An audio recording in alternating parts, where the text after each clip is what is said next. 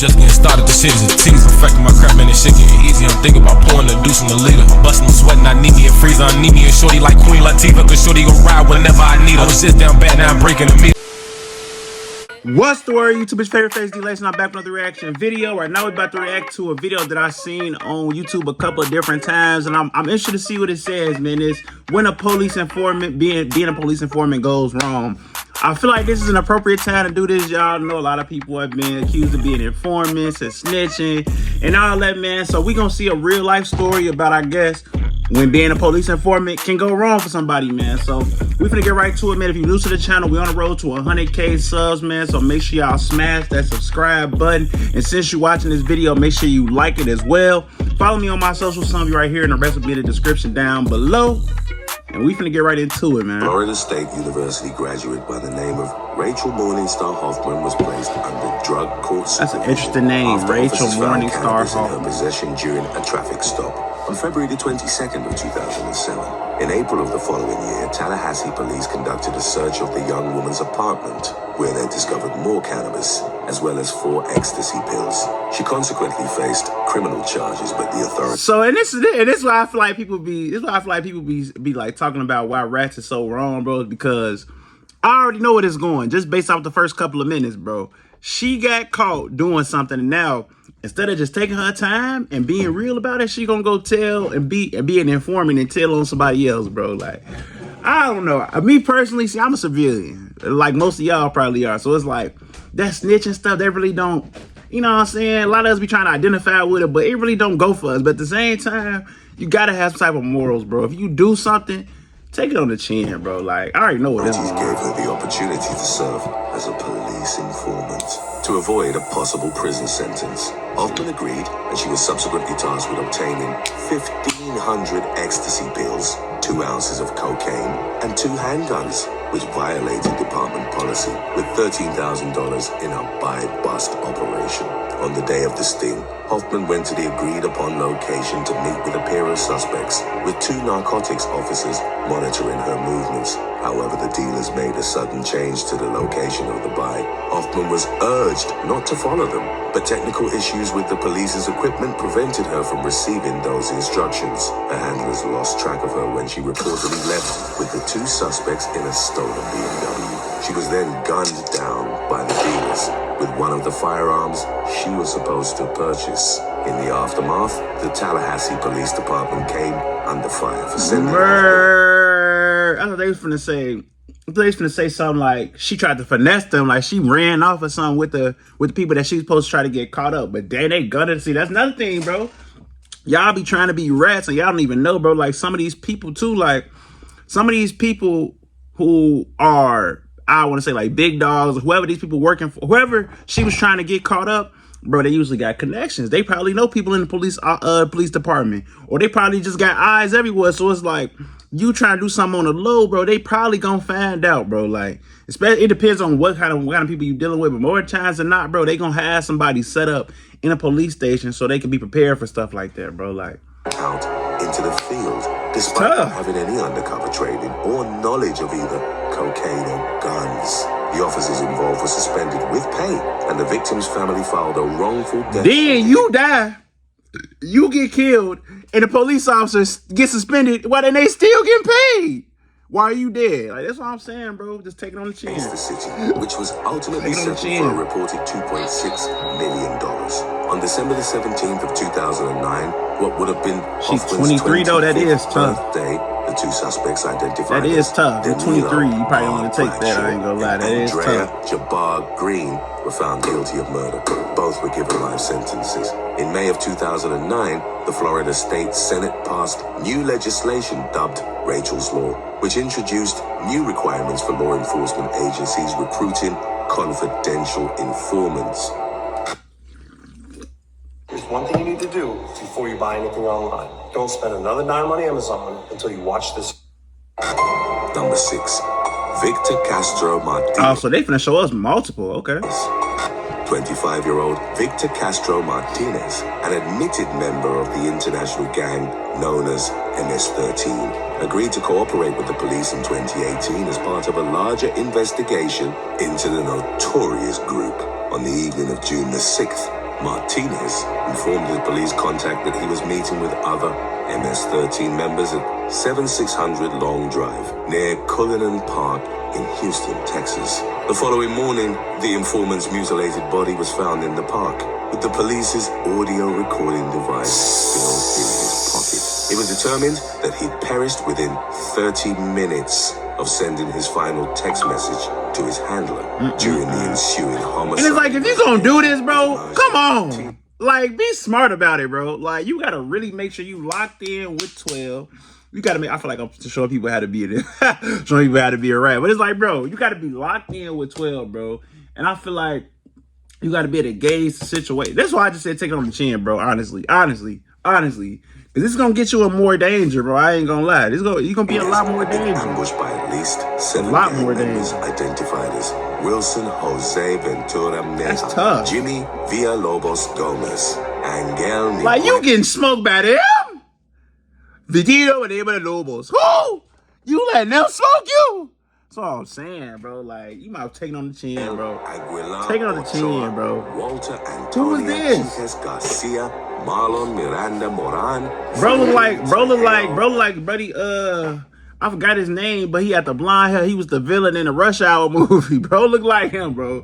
Y'all can't tell me he don't look like the villain in the Rush Hour movie. I bet that was like Rush Hour 2 or something. Rush Hour 3. Carlos Elias. He had the blonde hair, bro. Y'all know what I'm The talking about. assailants allegedly took turns butchering the victim with a machete because of his ties to the authorities. They were each indicted on federal charges in Beat him with a connection machete, incident, bro. faced Killed him with a the machete. possibility of receiving the death penalty.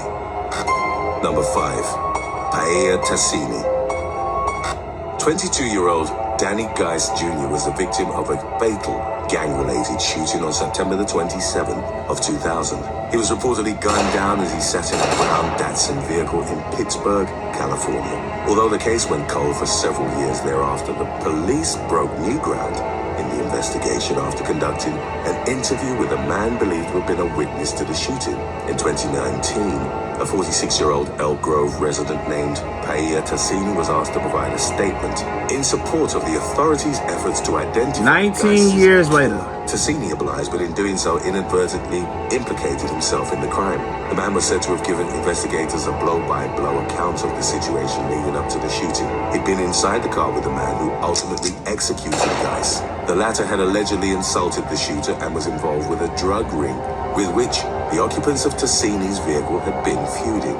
During his 2019 interview with police, Tassini eventually confessed to ordering Geist's murder himself. Also admitted to shooting and wounding someone who'd thrown rocks in his car 8 months earlier. His statements were subsequently used as evidence against him in court when he was charged in connection to the cold case homicide, as well as the second non-fatal shooting.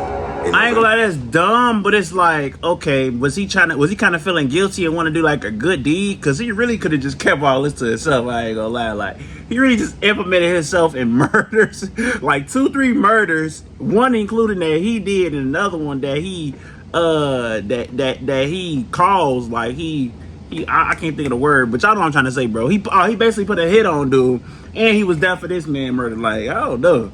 It's that guilty conscience, bro. Tassini was convicted of murder despite not personally firing the shots that resulted in Geist's death. Number 4. Shelly Hilliard. Shelly Hilliard. In October of R.I.P. all 2011, these the people police too, in man. Madison Heights, Michigan, were called to a local Motel 6, where 19-year-old Shelly Hilliard and a male companion were found to be in possession of marijuana. Officers Chad Wallowich and David Kohler threatened Hilliard and her friend Michael Slaughter with jail time unless they cooperated with them in their efforts to identify them. So you telling me this is crazy in 2023? You mean to tell me that this person is finna die because they got caught up with some weed? And they was finna get sent to jail for some weed? And they became informants for some weed? That's crazy. I ain't gonna lie. That's ridiculous. That's not funny, but that's ridiculous, bro.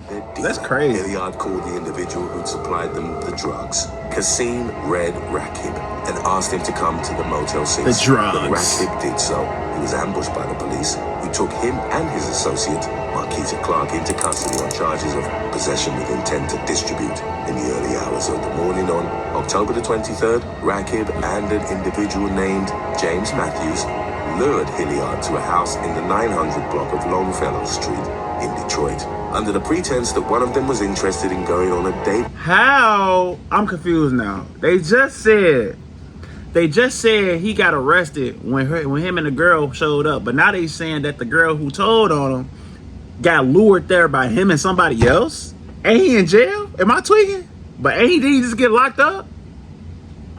Like, what's going on? With her. Upon her arrival at the address, Hilliard became concerned after seeing both men waiting for her and asked her taxi driver to stay on a phone call with her to make sure she was all right. Shortly thereafter, the cabbie stay on the phone call. Shout. What is the taxi driver gonna do on the phone, bro?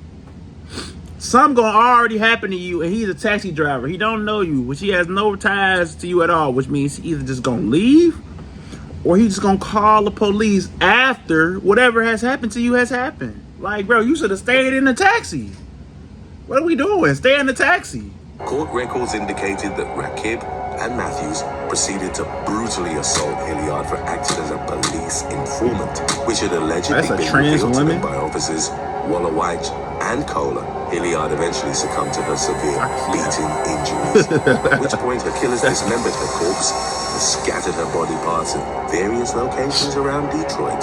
Although both men were eventually arrested, convicted, and sentenced in connection to Hilliard's slaying, the victim's mother filed a lawsuit against the Madison Heights Police Department for their alleged Some of them role in tweaked her though. death. Some of them The tweaked woman though. claimed that the officers had coerced her daughter into serving as an informant and had given Rakib enough information while he was in custody to seek revenge against the young woman for doing so. In October of 2017, the two sides reportedly reached a settlement, awarding Hilliard's mother a $1 million payout. Number 3. Christopher Dean. In October of 2016, 33-year-old Christopher Dean was summoned to the Atlanta home of brothers Xavier and Orlando Gibson, where he reportedly expected to complete a drug transaction. Instead, I can look at them and look at him. They got on his ass. Hey, I ain't even trying to be funny, man. They really got on his ass. I can tell, bro. Dean was brutally attacked by a group of 5 local gangsters who discovered tell, that the bro. man had once served as a police witness in California. Them niggas look The assailants pissed. used a 2x4 and a crowbar to beat the victim to a bloody pulp. Didn't I say it? Abusing him with a handle-like object and inflicting burns on his body. Didn't I It was say only it? then that they executed him by way of 2 gunshots. They know this man or something? Like, why they doing all this? Which was a reported effort to show other gang members that any involvement with the police Oh, would okay. not be tolerated. Dean's mutilated body was he's shoved an into the informant. trunk of his car. The gangsters parked the vehicle in the lot at Hamilton E. Holmes subway station, where it was eventually discovered by the authorities. In the wake of the murder, Atlanta police arrested Christopher Lockett, Jasper Green, Joshua Rooks, Quartez Clark, and Xavier Gibson, all belonging to the group known as the Gangster Disciples. During the case's court proceedings, Big prosecutors JD, 47, None of 7 the 4. suspects had expressed even an iota Dang. of remorse for their heinous actions. It also emerged that leading up to the night of the incident, Dean had been attempting to clean up his act and believed that he'd be able to repent of his life of crime following one final drug deal. He was survived by 2 young sons. Each of the defendants were ultimately given life sentences for the crime. Hey, it's Carl. Be sure to subscribe and leave your comments in the comment section below. This the man. Maybe we'll get your video. Hey, W self promo. I ain't gonna lie. W self For promo. many I mean years self started in promo. 1975, infamous Boston mobster. Y'all know what's crazy? I think I might have heard something about him recently, but y'all know where I know Whitey Bulger from, bro. It's an NBA, it's an NBA YoungBoy song, bro. That's the only reason why I know that name or even recognize that. But I heard of this recently somewhere, but we're gonna see. Whitey Bulger I don't served remember. as an informant for the FBI, but the specific details regarding the manner of his recruitment is a widely debated topic.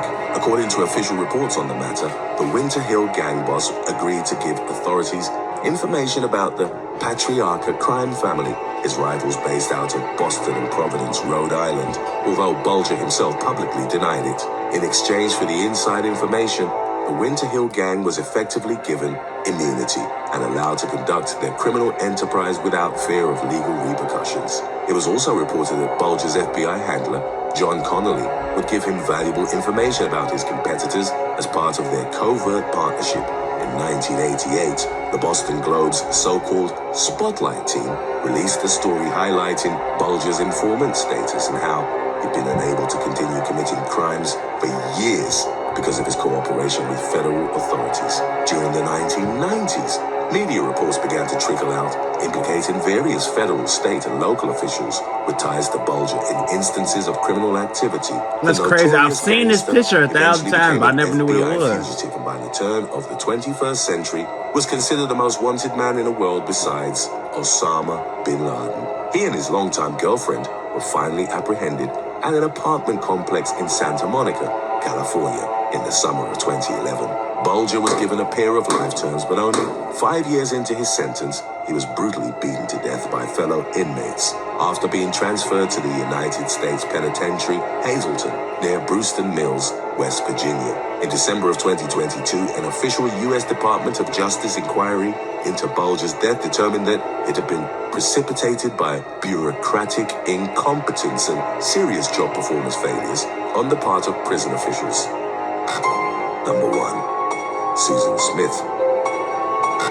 In 1987, an FBI agent arrived in Pikeville, Kentucky on his first assignment, aimed at tracking down an ex-convict and bank robber named Carl Edward Cat Eyes Lockhart. A sheriff's deputy suggested that the agent, Mark Putnam, this man need to do, this man got it, whoever, the dude we just saw, he got it down packed the way he got this story going, man. He got the music going, he got the voice, Sata, like the way he said their names, it's like he got it down packed for sure. You know what he's doing. Susan Smith, the latter subsequently served as Putnam's confidential informant, with the two regularly meeting to exchange information about Lockhart's criminal activities. By December, they gathered enough evidence to sentence Lockhart to 57 years in prison for robbery. Smith was reportedly compensated with a cash reward of $5,000. In the months that followed, Putnam and Smith eventually developed an intimate relationship with one another. The agent, who was married at the time, subsequently became concerned that his secret involvement with his former informant might prove detrimental to his career, and he thus requested to be transferred to Florida. The situation was further complicated, however, when Smith revealed that she was pregnant with Putnam's baby. The latter suggested that he and his wife could adopt the child, but Smith insisted that they raise it together. Then, on June the 8th of 1989, Putnam and Smith got into a heated argument that ultimately turned physical. The man fatally strangled his lover and dumped her body along an old coal mining road. He and his family moved to Florida, and Smith's murder remained unsolved until the following year, when suspicions began to fall on her former FBI handler. Upon being questioned, Putnam confessed and was later sentenced to 16 years in prison as the first FBI agent to be convicted of murder. The man was released in 2000 at the age of 41, at which point he moved to Georgia, where he remarried and began work as a personal trainer. Thanks for watching.